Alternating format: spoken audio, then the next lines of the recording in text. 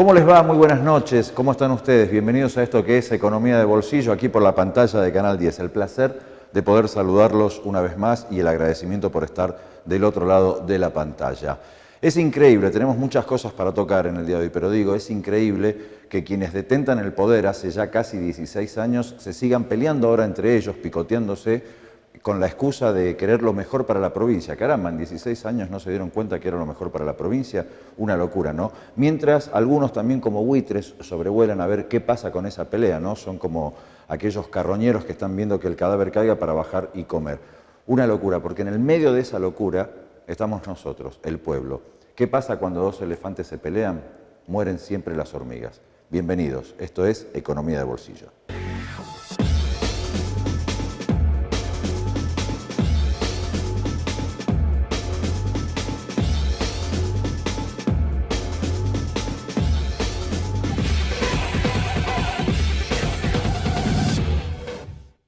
Arrancamos entonces esta emisión de Economía de Bolsillo, recordándoles como siempre que se pueden comunicar con nosotros a través de nuestras redes sociales o también al teléfono, al WhatsApp que aparece en pantalla.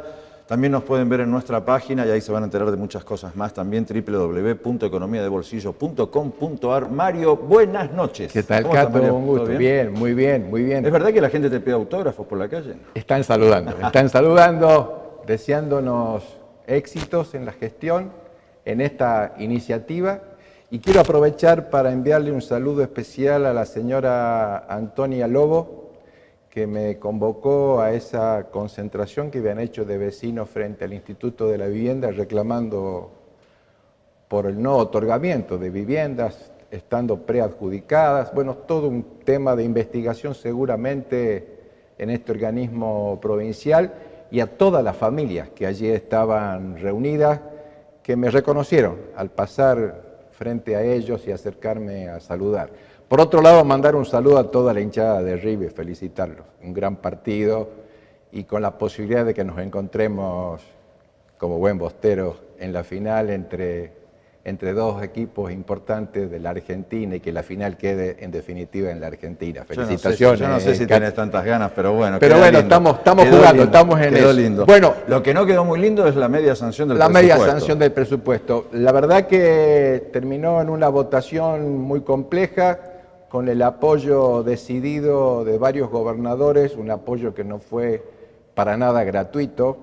En la resolución de la página 46 del Ministerio del Interior se detalla cuánto le costó a la gestión Frigerio conseguir los 23 votos del peronismo federal, este peronismo amigable, este peronismo que ayuda en la gestión del presidente Macri. 300 millones en Santiago del Estero, 400 millones para Catamarca, 386 para el municipio de San Luis, que fue este gran dolor de cabeza para el gobernador de San Luis, 800 millones a una diputada que bajó al recinto para dar quórum final por Chubut del Frente Renovador, Rosa Muñoz, y así de seguido. Y entre otros, los diputados de Tucumán que bajaron a dar quórum y terminaron con la abstención. La verdad, incomprensible, sí, a pesar de las decisiones de no acompañar este presupuesto. Este presupuesto que en definitiva tendría que ser la ley más importante que discuta el Congreso de la Nación, pero en definitiva muestra, como dicen los propios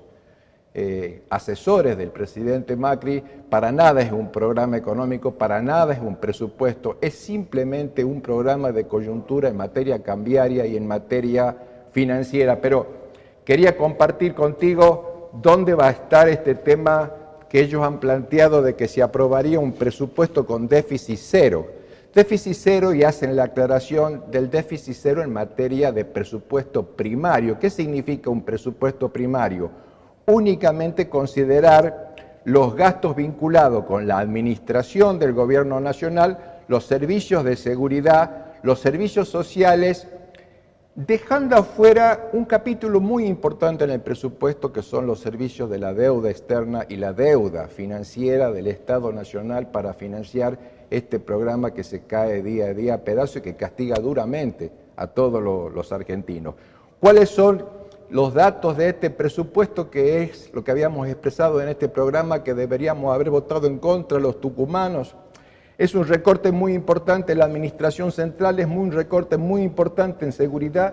Ellos calculan una inflación en el año, este es el cuarto presupuesto que se debate en la gestión Macri, 3 presupuestos anteriores que fracasaron en todas las ponderaciones, ni qué hablar del 17-18 sobre todo, y en el 19 un recorte significativo en materia de gastos sociales. ¿De cuánto prevén de inflación para el año que viene? Hablan de un 23%. Las proyecciones de las consultoras privadas afines al gobierno, todas esas consultoras que trabajaron con las nuevas autoridades del Banco Central, mencionan una proyección estimada para el 19 del 35%. Bueno, ¿cómo es el ajuste que se va a hacer en materia del presupuesto en temas sociales?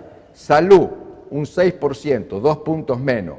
Promoción y asistencia social, 3, es decir, 3 puntos menos. En seguridad social, educación y cultura, ciencia y técnica, estoy leyendo casi textualmente los capítulos del presupuesto. Y un dato para resaltar, vivienda, un 17% de recorte en el presupuesto en relación al año 2018.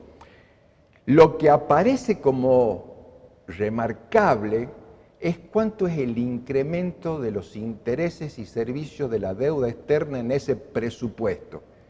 Es un incremento interanual del 84%. Es decir, achicamos el Estado, castigamos a la sociedad argentina y ponemos todo el esfuerzo para atender nuestros compromisos con el exterior. ¿Cómo impacta en definitiva esto en la sociedad argentina y sobre todo en estos sectores más vulnerables, que sería quienes están pagando las mayores consecuencias? Como siempre, los sectores que están vinculados debajo de la línea de la pobreza. Claro. Y un sector de la sociedad como la clase media, que seguramente nuestro invitado va a profundizar en este tema, la clase media se ha incorporado como uno de los segmentos de la sociedad que más padece los ajustes con esta política económica y un proceso de concentración de la riqueza en el segmento más chiquito de la pirámide. Tan solo datos del economista Máximo Montenegro en el programa de A24 decía que en la Argentina la clase alta es el 5% tan solo de los argentinos, 2 millones de argentinos. La clase baja y la clase más humilde representa el 50%. Sobre este segmento de la sociedad se descarga el ajuste de un presupuesto hecho a la medida para que lo aprueben las autoridades del directorio del Fondo Monetario Internacional. Quédese con nosotros que en el próximo bloque vamos a tener un invitado y vamos a hablar de algo muy interesante para que todos aprendamos un poco más. Y antes que termine el programa, vamos a hablar de una mentira, una mentirita que se anda diciendo mucho que tiene que ver con el tema de los subsidios a la energía y el subsidio al transporte. Se anda diciendo que es el único país del mundo que recibe subsidios. No, no es así. Vamos a una pausa, ya venimos.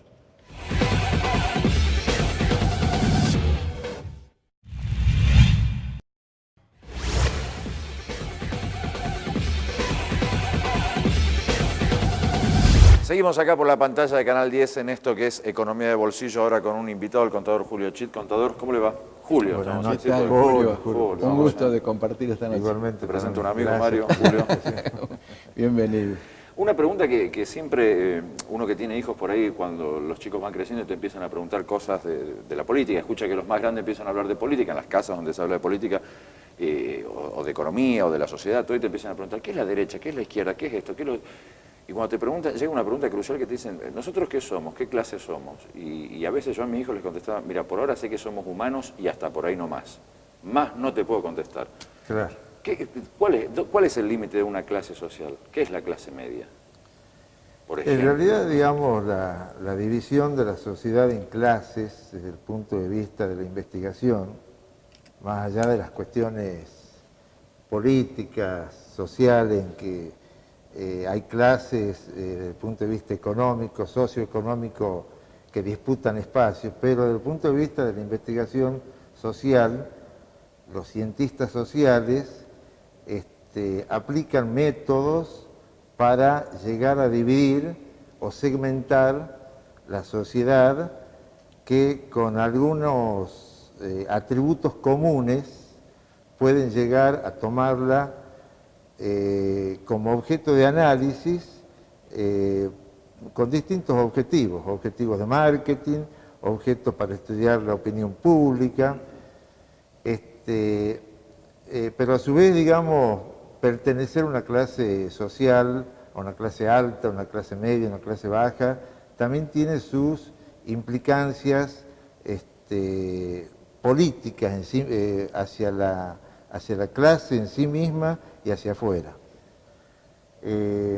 Digamos, quizás retomando un poco lo que estaba planteando Mario con respecto al tema de las posibles consecuencias o futuras consecuencias de la ejecución del presupuesto 2019, tomando un aspecto, una de las consecuencias que se podrían relacionar a sus efectos sobre las distintas clases sociales o particularmente sobre la clase media. Se estima que el consumo durante el año 2019 va a bajar en un 1.6%. En todos los países del mundo, el consumo dentro de la fórmula del Producto Bruto de una economía, el consumo es estimado alrededor de un 70%, es una de las... El motorcito. El motor del crecimiento. También están las inversiones, por supuesto, pero lo neto de las exportaciones e importaciones, pero el consumo es el motor más importante. Ya se prevé una baja en el consumo para el año siguiente, lo cual, como número, puede ser eso, pero por ahí resulta interesante ver qué consecuencias tiene en la vida cotidiana, digamos, de los sectores, de los distintos sectores de la población. Vida cotidiana que está dada por una multiplicidad de aspectos, digamos, vida cotidiana que está marcada por el hecho de que muchos sectores de la clase media, por ejemplo, acostumbrados a mandar sus chicos a una escuela, a un colegio privado, el aumento y el incremento que están sufriendo las cuotas les va tomando cada vez más un porcentaje mayor de su ingreso, con lo cual la clase media, esa clase media que tiene sus hijos en los colegios privados, está pensando o está llevándolo a cabo a cambiar sus chicos a otros colegios con menores cuotas, o si no puede pagar la cuota directamente lo pone en la escuela pública. Bueno, son conceptos. La clase media también es un concepto, digamos, porque el ejemplo del colegio privado no es casual, ¿no? Hay una encuesta reciente que la hizo el Centro de Economía Política Argentina, CEPA, donde relevó una serie de productos de consumo diario sobre los cuales la sociedad se manifestó que redujo el consumo, que aumentó un poco el consumo, que no consume ese tipo de cosas. Bueno, parándonos y observando los resultados de esa encuesta en los que dijeron que disminuyeron el consumo, llama la atención, por ejemplo, que el 54% de los encuestados contestó haber disminuido el consumo de carnes. Ah, mira, 280 mangos el kilo. claro. El 63% el consumo de frutas y verduras. El 23% el consumo de remedios. Pero este es el promedio. Cuando vos ponés la lupa en ese porcentaje promedio y lo desagregás según nivel socioeconómico, claro. que es un poco, que es la clase media, el nivel socioeconómico está dividido sector alto, medio y bajo. Ya vamos a ver si podemos avanzar en eso también. Pero es muy diferente el porcentaje de disminución en el consumo de los productos estos, carnes, verduras, remedios, salida y esparcimiento, combustible, lácteos, es muy diferente cuando te fijas el sector alto con respecto al sector medio y el sector bajo. Claro. Es decir, hay sectores que lo que es un 54% de promedio en carne es un 60% en el sector bajo y medio, claro. para que dé un promedio del 54%. Claro. Lo mismo pasa con los remedios. Si a su vez vos te detenés en los remedios y analizás qué sector del sector medio y bajo, por ejemplo el tema jubilados, el porcentaje de aumento que tuvieron los remedios los obliga a disminuir el consumo de medicamentos, estamos hablando. Medicamentos. Tan solo el año 2017 fue casi un 300%. Es decir, uno dice incremento de consumo, pero cuando vos lo traducís es en hábitos, costumbres, necesidades imprescindibles de satisfacer, diarias, que van a tener que dejar de poder satisfacerla.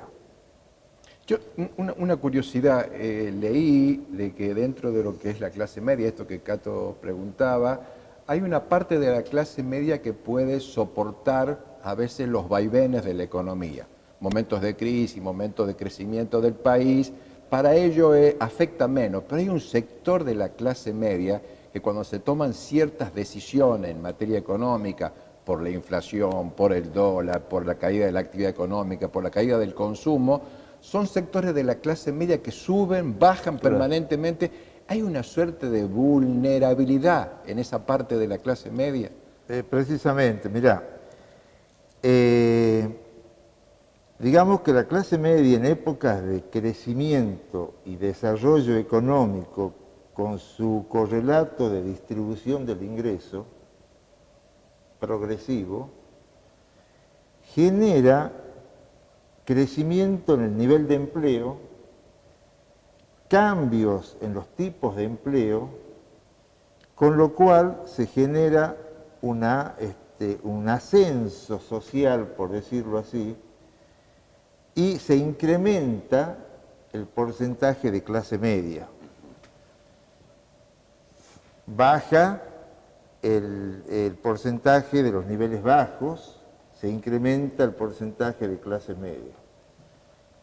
Durante un tiempo hay un sector de ese incremento, de ese porcentaje que pasó de clase baja a clase media, que mantiene un nivel de inestabilidad, lo que vos llamás vulnerabilidad. ¿Por qué? Porque no son variables que todavía que se hayan estabilizado. No se consolida, no digamos, se una consolida condición económica. como patrimonio de ese sector, sino que es muy sensible a las variaciones tanto internas como externas. Eso provoca, digamos, que mucha gente que pasó a clase media hoy esté de nuevo En caída. en caída. ¿Por qué? Porque ha perdido fuertemente poder adquisitivo. Hay otra clase media que viene de años perteneciendo a la clase media, que por algunos de los factores, como por ejemplo ingreso, puede estar perteneciendo a un sector de clase baja, pero mantiene hábitos y costumbres de clase media, Claro. como sus expectativas con respecto a los hijos, a los estudios culturales, de ascenso social. Está más estable desde el punto de vista cultural, pero es inestable, Desde el bolsillo. precaria desde el punto de vista del bolsillo. Eso que dice Julio de la parte cultural me interesó muchísimo, ¿no? Muchas veces en la Argentina se utilizó eso, ¿no? Una clase media cultural, ¿no? Por ahí no tenía un mango para comer, pero él sabía mucho de cultura general y todo. Al final la clase media es como el hijo del medio, Cine, ¿no? teatro. Claro, está para allá, está para acá. Julio, yo me comprometo personalmente a que vengas. La semana que viene misma lo podemos tener para Sí, seguir hablando de esto, vamos a porque seguir. lamentablemente el tiempo... Pero es re interesante, ya dimos un primer paso para saber dónde está parada la clase media, que ya sabemos que no está parada en ningún lado, que está tambaleando, que va y viene para todos lados la clase media, y más en un país que es tambaleante. Tengo que ir a una pausa. Gracias, Julio. Muchísimas gracias. Un gusto. Vamos a una pausa, ya seguimos con más Economía de Bolsillo.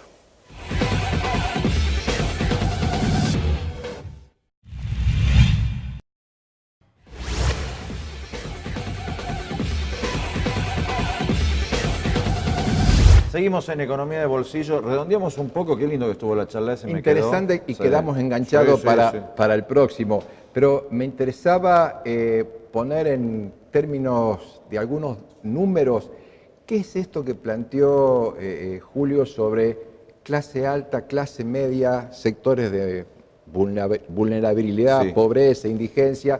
En Tucumán, los datos de la última encuesta de hogares nos daba un 4,3%, o sea, 60.000 tucumanos es la clase alta. El 51% son trabajadores y clase media, sectores que están incorporados formalmente al trabajo y sectores de clase media. Y un 44, casi el 45% de los tucumanos debajo de la línea de pobreza. Debajo de la línea de pobreza. La verdad que esta foto marca la realidad, no lo que subjetivamente cada uno cree, considera, evalúa. Estos son los datos duros de las encuestas oficiales del INDEC. Pero ¿y cómo entonces uno entiende que todavía haya políticos que dicen queremos cambiar la realidad de Tucumán, todo, y vos los mirás y decís, pero hace 16 años que estás? Bueno, yo creo que No, en no definitiva es parte del cansancio que tiene la gente con este tema de la publicidad, del imaginario de una realidad que después contrasta con lo que la gente se encuentra de manera cotidiana. Hay un tema que me parece interesante anticipar. Sí. No está planteado en ninguna de las letras chicas del presupuesto, pero sí me gustaría compartir con nuestros mayores adultos y los próximos que vamos a ingresar a la edad del proceso jubilatorio. Dentro de 30 años. Exactamente, las canas me delatan, pero el tema, dijimos que en el presupuesto aparece un recorte muy importante en el gasto social. En el gasto social, del 100% del gasto social, el 70% son jubilaciones, pensiones y la asignación universal por hijo. Sobre esto se plantea una reforma profunda de acuerdo a las indicaciones de la letra del Fondo Monetario Internacional. En primer lugar, licuar las jubilaciones por el tema inflacionario. Y en segundo lugar, 3 capítulos. Primero, aumentar la edad jubilatoria, 5 años. En segundo lugar, desfinanciar el Fondo de Reaseguro y Sustentabilidad de las Jubilaciones, que empezó siendo de 750.000 millones de pesos y hoy en la Argentina queda un Fondo de Reaseguro de las Jubilaciones de apenas 100.000 millones de pesos. Y el otro capítulo es eliminar el proceso de las jubilaciones que le otorgaron a las amas de casa en la Argentina. Esto es proyecto del Gobierno Nacional, estos son indicaciones del Fondo Monetario, así que a nuestros mayores, a todos los tucumanos y argentinos, pongamos atención que esto viene a renglón seguido de que se debata en el Senado de la Nación la aprobación o no del presupuesto 2019. Y para cerrar también lo que yo les había dicho, ¿no? Están por eliminar todos los subsidios, directamente sacar los subsidios al transporte, a la energía, al gas, a la luz, lo que pagamos todos. Y muchos dicen, hay muchos que aplauden esa medida, que dicen, está bien, ¿por qué nos tienen que subsidiar? En todo el mundo no se subsidia a nadie. No, es mentira. En Estados Unidos se subsidia, en China se subsidia, en Alemania se subsidia, en España se subsidia, en Italia se subsidia. Son en servicios Chile, públicos. Porque son servicios públicos y porque es carísima la energía. Lo del transporte es discutible, pero lo de la energía es cara en todo el mundo la energía. Y entonces los gobiernos, los estados de esos países, para ayudar a la población que no puede pagarlos, mantienen esos subsidios. Entonces paremos con el verso de que somos el único país que subsidia. Es como cuando dicen, somos el único país que tiene tantos feriados. No, muchachos, estudien un poquito más y vas a ver la cantidad de feriados que tienen los países desarrollados. El problema es que no somos un país desarrollado. Ese es el problema, claro. Tenemos que construirlo. Ya saben dónde comunicarse con nosotros, les reitero la línea de WhatsApp, ahí está en la pantalla, ya saben cómo encontrarnos, www.economiadebolsillo.com.ar. Mario, nos vemos la semana que viene. Un gusto como siempre. Muchas gracias por todo. Gracias a todos ustedes por acompañarnos, gente, la verdad que es un placer estar en la pantalla de Canal 10. Nos vemos el miércoles que viene con más Economía de Bolsillo. Sean felices.